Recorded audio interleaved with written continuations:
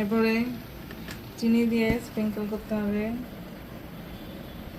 চিনিটা একটু কমই দিচ্ছি যেহেতু আমরা অনেক হেলথ কনসিয়াস।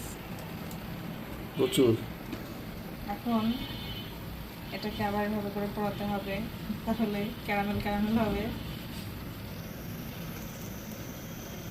হাই হাই, দামি বাটারগুলো তো পুইরা পুইরা যাইতেছে, তাহলে কেমনে হবে? উপরে আবার একটু বাটার দিয়ে দেবো, আবার নিচে একটু পুরো দেবো। ওকে, বানানো শেষ হলে দিয়ে দিব। একটু বাটার দিয়ে দিলাম। গ্রানটা কিন্তু সেই আসছে। এখন তো কেমন হয়েছে?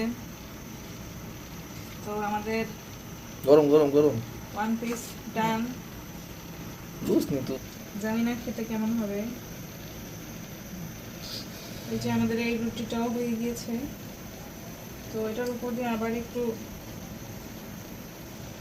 বাটার দিয়ে দিচ্ছি, মানে কষ দিয়ে দিচ্ছি। এটা কিন্তু বেশ অনেক গরম।